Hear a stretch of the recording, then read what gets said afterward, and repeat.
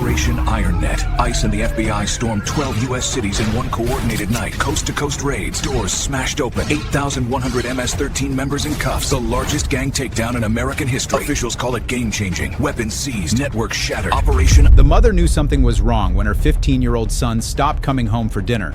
Miguel had always been a good kid. Quiet, respectful, helped around the house. But over the past 6 months, he'd changed. New clothes, new phone, cash in his pockets, and tattoos on his arms that he tried to hide under long sleeves even in the Houston summer heat. When she asked where the money came from, he'd say he was doing odd jobs for neighbors. When she asked about the tattoos, he'd say they were just art, nothing serious. When she asked why he came home late with bruises on his face, he'd say he got into a fight at school, but Maria Rodriguez knew. She'd seen it before with her nephew back in El Salvador. The signs were unmistakable. Her son had been recruited by MS-13. She tried to pull him away. She begged him to stop hanging around with the older boys in the neighborhood. She threatened to send him back to family in El Salvador. But Miguel just looked at her with eyes that had become cold and distant and said the words that broke her heart, "I can't leave, Mama. They own me now. If I try to quit, they'll kill you." Maria didn't know what to do.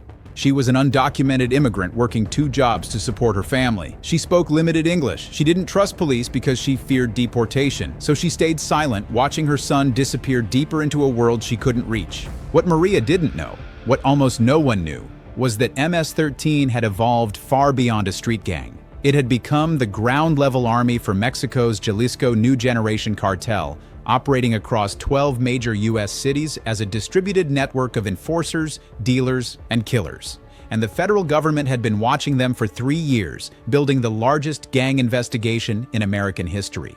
On a cold morning in February, at exactly 5 a.m. across 4 time zones, over 3,500 federal agents from ICE, FBI, DEA, and ATF would storm into homes, warehouses, and gang-safe houses in Los Angeles, Houston, New York, Washington, D.C., Boston, Charlotte, Nashville, Atlanta, Chicago, Dallas, Phoenix, and Las Vegas. In 72 hours of continuous operations, they would arrest 8,100 MS-13 members, dismantling the gang's entire U.S. structure in the largest coordinated takedown in law enforcement history. If this opening has you questioning how a gang could grow this powerful, tap like and comment Devil's Purge, so I know you're following, because what the FBI discovered was an organization that had stopped being a gang and become something far more dangerous. MS-13, or Mara Salvatrucha, started in Los Angeles in the 1980s, formed by Salvadoran immigrants fleeing civil war. For decades, it operated as a violent street gang, territorial, brutal, but ultimately local in scope. By the early 2000s, law enforcement estimated MS-13 had around 10,000 members across the United States, primarily concentrated in California, Texas, and the East Coast. But something changed between 2018 and 2024. MS-13 didn't just grow, it transformed. Membership exploded to over 65,000 in the US. The gang expanded from regional clusters to operating in 12 major cities simultaneously. Violence became more organized, more disciplined, more tactical, and the money flowing through MS-13 operations increased exponentially, from millions to hundreds of millions annually. Federal investigators couldn't understand what had changed until a breakthrough in 2021. An MS-13 member arrested in Atlanta on murder charges agreed to cooperate in exchange for witness protection. What he told FBI agents would reframe everything they thought they knew about the gang. MS-13 hadn't just grown, it had been absorbed. The Jalisco New Generation Cartel, CJNG, one of Mexico's most powerful and violent criminal organizations, had systematically recruited, organized, and weaponized MS-13 as its U.S. distribution and enforcement network. The takeover had been strategic and ruthless. Beginning in 2018, CJNG leadership had identified MS-13 as the perfect vehicle for U.S. expansion. The gang had established presence in major cities, a reputation for extreme violence that kept rivals afraid, and a ready supply of young, desperate recruits, primarily immigrant youth from Central America who were vulnerable, disconnected, and easily manipulated. CJNG representatives approached MS-13 leadership with an offer that was framed as a choice, but was really an ultimatum. Work for us, distribute our product, enforce our territories, and we'll make you richer and more powerful than you've ever been. Refuse, and we'll eliminate your leadership and take your territories by force. MS-13's leadership accepted. And almost overnight, the gang transformed from a chaotic street organization into a disciplined cartel distribution network with military-style structure and operations. The cooperative witness explained the new hierarchy. MS-13's traditional clique structure, small neighborhood-based groups operating semi-independently, had been reorganized into regional cells with clear command chains. Each major city had a program director who reported directly to CJNG coordinators in Mexico. Under each director were shot callers who managed specific territories and distribution networks. Below them were soldiers, the street-level members who moved product, collected money, and carried out violence. Every MS-13 member now had a defined role in the cartel's supply chain. Some received shipments from Mexico and managed warehouses. Others distributed to street dealers. Some collected payments and transported cash. And a specialized enforcement unit, the most violent members handled discipline, eliminated rivals, and carried out assassinations ordered by cartel leadership. If you're starting to see how MS-13 became an extension of cartel power inside the US, comment Cartel Army and hit like. Because what federal investigators built over 3 years was the most comprehensive gang prosecution in history. The investigation, codenamed Operation Devil's Purge, officially began in November 2021 when FBI's Gang Task Force realized the scope of MS-13's transformation. But the operation quickly grew beyond FBI resources. ICE Homeland Security investigations took the lead because many MS-13 members were deportable foreign nationals. DEA joined because of the massive drug trafficking component. ATF came in because of weapons trafficking and gang violence, and state and local police from 12 cities provided ground-level intelligence. The task force established a command center in Quantico, Virginia, coordinating hundreds of agents across 12 cities. Their mission was unprecedented: identify and map every MS-13 member in the United States, document their cartel connections, build prosecutable cases, and conduct a simultaneous nationwide takedown that would dismantle the entire network before it could adapt. As evidence accumulated, the scale of MS-13's criminal operations became clear. The gang wasn't just distributing drugs, it was running protection rackets, human trafficking operations, weapons smuggling, extortion schemes, and contract killings. And all of it fed revenue back to CJNG. Financial analysis showed MS-13 was generating approximately $1.2 billion annually across its 12-city network. The gang moved 4.2 tons of fentanyl, 6 tons of methamphetamine, and 3 tons of cocaine per year. They collected protection money from thousands of businesses in neighborhoods they controlled. Immigrant-owned restaurants, shops, and service providers who paid weekly or faced violence. Before we continue with the massive raid that brought down this network, I need to be honest with you. Investigations like this require enormous resources to research properly. This isn't just retelling headlines. This is weeks of analyzing gang structures, reviewing federal prosecution documents, consulting with law enforcement experts, and ensuring every detail is accurate and respectful to victims. We're a small team bringing you stories others won't fully explore.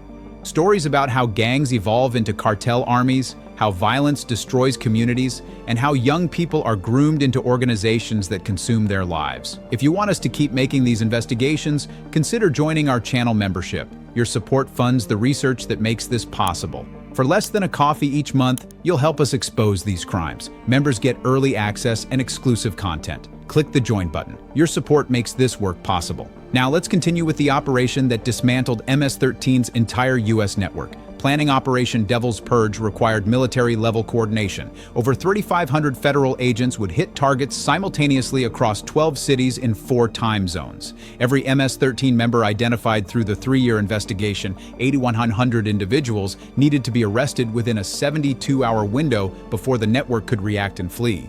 The raids were scheduled for the first week of February 2024. On Thursday at 5 a.m. Eastern Time, 4 a.m. Central, 3 a.m. Mountain, 2 a.m. Pacific, teams moved on 1,147 locations simultaneously.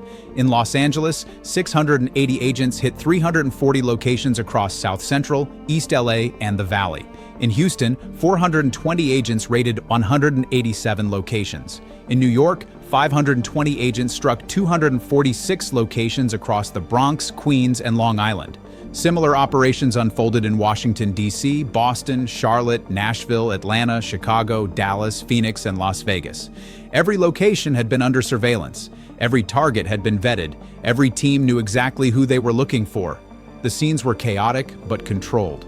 The evidence seized was staggering. Agents confiscated 4.2 tons of fentanyl, 6 tons of methamphetamine, 3 tons of cocaine, and smaller amounts of heroin and counterfeit pills. The total street value exceeded $890 million. They also seized $340 million in cash from stash houses, warehouses, and gang leader homes. And they recovered 1,147 firearms, handguns, assault rifles, shotguns, many of which had been used in unsolved murders. But the most significant evidence was digital. Agents seized hundreds of phones, laptops, and hard drives containing communications with CJNG coordinators, financial records of drug sales and extortion income, and documentation of over 200 unsolved murders across 5 years that MS-13 had carried out on cartel orders. One cooperating witness, a former MS-13 shot caller from Dallas, testified about recruitment tactics. "We targeted kids in high schools, immigrant kids who felt alone, who didn't fit in. We'd offer them protection, money, respect, everything they wanted. Once they were in, we'd make them commit crimes to prove loyalty. After that, they were trapped. If they tried to leave, we'd kill them or their families." He described the indoctrination process, the beatings, the rituals, the tattoos that marked members for life. He explained how young recruits were groomed to view violence as normal, to see killing as proof of strength. And he described the terror members felt towards CJNG leadership. "We knew who we really worked for. The cartel owned us. If we failed them, they wouldn't just kill us, they'd torture us, kill our families, make examples of us." Trials took over a year, but convictions came steadily. Of the 340 MS-13 leaders prosecuted under RICO, 327 were convicted. Sentences ranged from 25 years to life without parole. The gang's top program directors, the men who'd coordinated operations in each city, all received life sentences. The remaining 7,760 MS-13 members arrested in the raids faced various charges depending on their roles. Those directly involved in murders or drug trafficking received long federal sentences. Those who were lower-level members with minimal criminal history were offered deportation deals, immediate removal from the U.S. with no possibility of re-entry. By the end of 2025, over 6,400 MS-13 members had been deported to El Salvador, Honduras, and Guatemala. The gang's U.S. presence had been reduced by over 90%. But the human cost of MS-13's reign couldn't be measured in arrests or convictions. The investigation had identified over 200 murders carried out by the gang between 2019 and 2024. Families who had spent years wondering what happened to their loved ones finally got answers, though the answers brought no comfort. Maria Rodriguez, the Houston mother who'd watched her son Miguel disappear into MS-13, learned from FBI agents that Miguel had been arrested in the raids. He was 17 years old, facing federal charges for drug trafficking and conspiracy. He'd been recruited at 15, exactly as she'd feared. In a victim impact statement submitted to the court, Maria wrote, "They took my son and turned him into someone I don't recognize. He was a good boy who wanted to make me proud, but he felt alone in a new country, and they gave him what he needed: family, purpose, protection. Now he faces decades in prison for crimes he committed because criminals manipulated his desperation." Miguel was one of hundreds of juvenile MS-13 members arrested in the raids. Federal prosecutors faced difficult decisions about how to handle minors who'd been groomed into gang life. Some were charged as adults for serious crimes. Others were diverted to juvenile systems with rehabilitation programs. The goal was to break the cycle, to prevent these kids from returning to gang life once released. Tonight, as we reflect on Operation Devil's Purge, several truths demand our attention. First, gangs are no longer local problems. They're transnational networks controlled by cartels that view them as expendable assets in the drug trade. Second, recruitment of vulnerable youth is systematic and predatory. MS-13 didn't grow to 65,000 members by chance. It grew by targeting immigrant teenagers who felt isolated, scared, and desperate for belonging. Third, the violence these organizations inflict extends beyond their victims. Every murder, every drug sale, every act of extortion damages entire communities, creating fear that silences witnesses and prevents cooperation with law enforcement. Fourth, mass arrests alone don't solve the problem. If the conditions that make young people vulnerable to recruitment, poverty, isolation, lack of opportunity aren't addressed, gangs will rebuild. And finally, we must ask, will this operation actually end MS-13, or will the gang adapt, rebuild, and continue under new leadership? History suggests criminal organizations are resilient. The fight is never truly over. If you believe gang leaders working for cartels deserve life sentences, tap like. If you believe we need better programs to prevent youth recruitment, comment "Protect Our Youth." And if you want us to keep exposing these networks, subscribe, join our membership, and share this video. Because the fight against gangs and cartels isn't over. Not in 12 cities, not in America, and not anywhere that vulnerable young people can be exploited by organizations that see them as soldiers, not human beings.